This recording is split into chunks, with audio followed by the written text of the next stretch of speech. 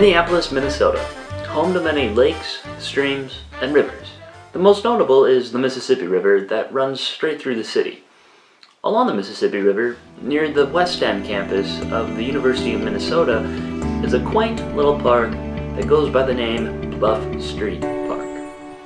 Although this seems like a very normal, orthodox, perhaps even boring park, it is far from it. In recent years, this park has undergone many changes and has received a lot of attention by the City of Minneapolis Park and Recreation Board.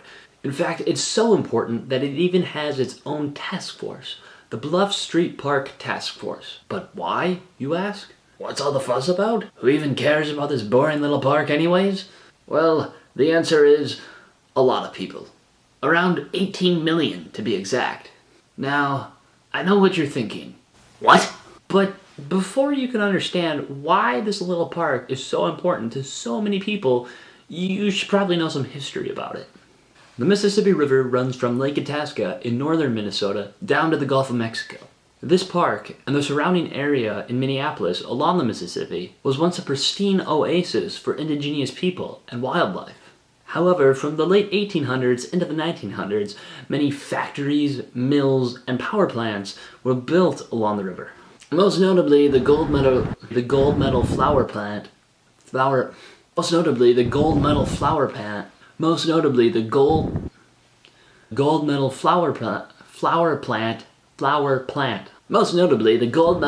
plant and Pillsbury most notably the gold medal flower plant and Pillsbury's best flower plant.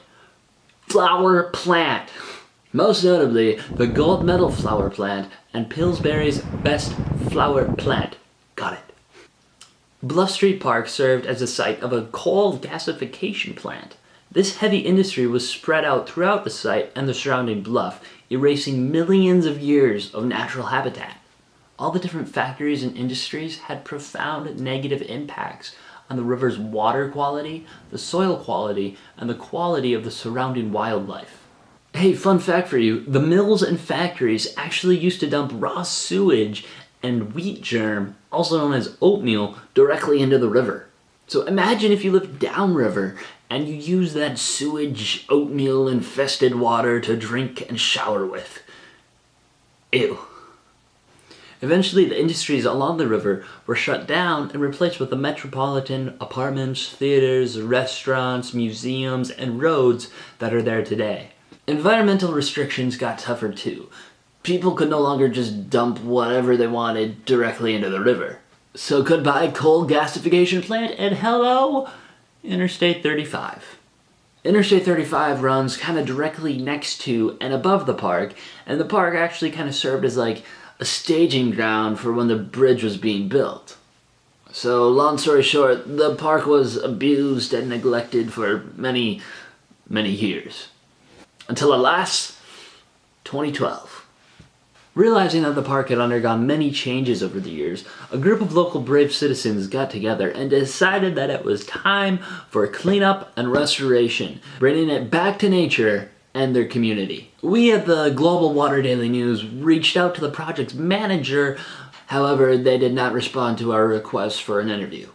However, according to their website, the park is currently growing an aggressive crop of MnDOT-approved species that is primarily used for erosion control along roadways, meaning that it is non-native and not really meant to be there. So the plan is to replace the non-native species with natural species native to the area to ensure the historical accuracy of the landscape. Species will also be selected based on the ecological characteristics of the project area and based on the target native plant community. By undergoing a strong eradication of the undesirable non-native species, the project will establish a true native bedrock bluff prairie. The park. By doing this, they will improve the wildlife quality, the soil quality, the underground water quality, and the water quality of the Mississippi River. So that is why this little tiny park matters to 18 million people across the United States, even though they might not know it. But hey, now you do. From Minneapolis, Minnesota, I'm Jacob Jensen, Global Water Daily News, reporting.